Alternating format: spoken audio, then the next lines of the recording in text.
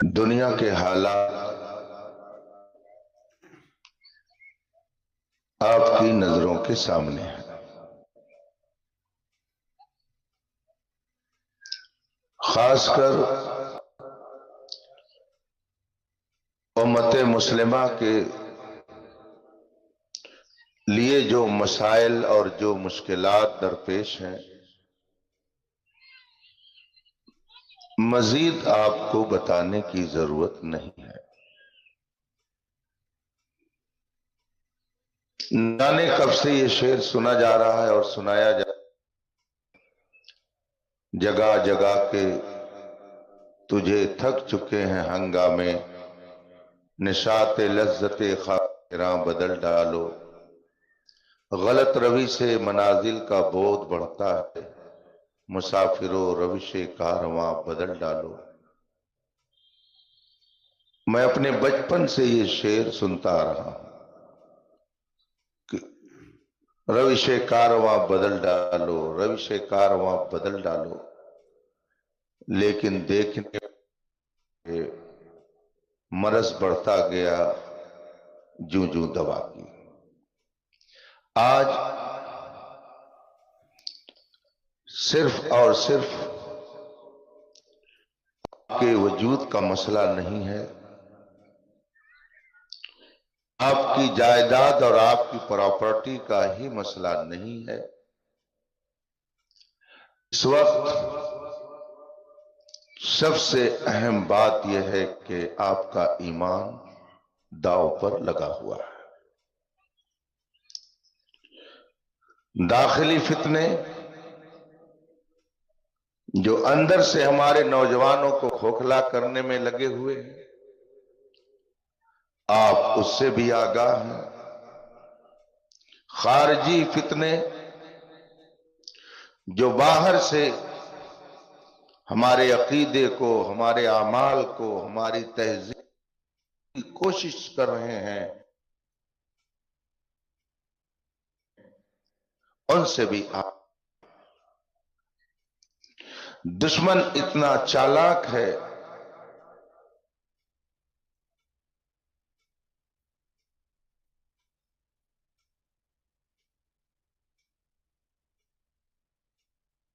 مخالف اتنا شاطر ہے کہ وہ شہد دکھا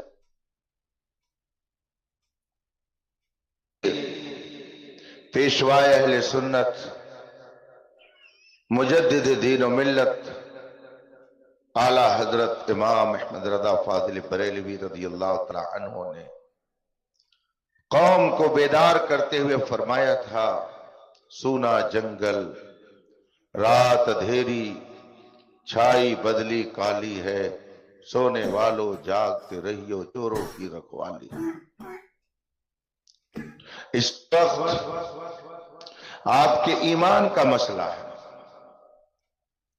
آپ کے عقیدے کا مسئلہ ہے۔ اگر آپ نے اس میں غفلت برتی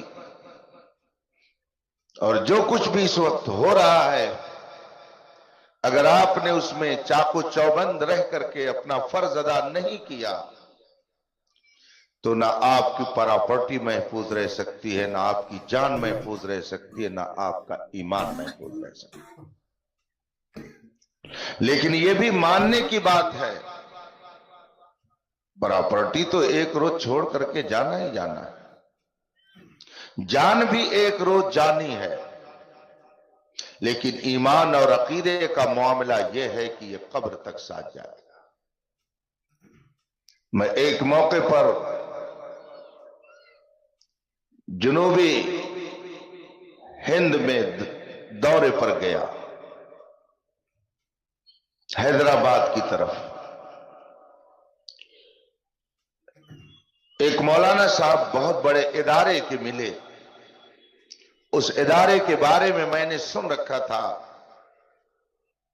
کہ یہ گستاخان رسول کو مسلمان مانتے ہیں۔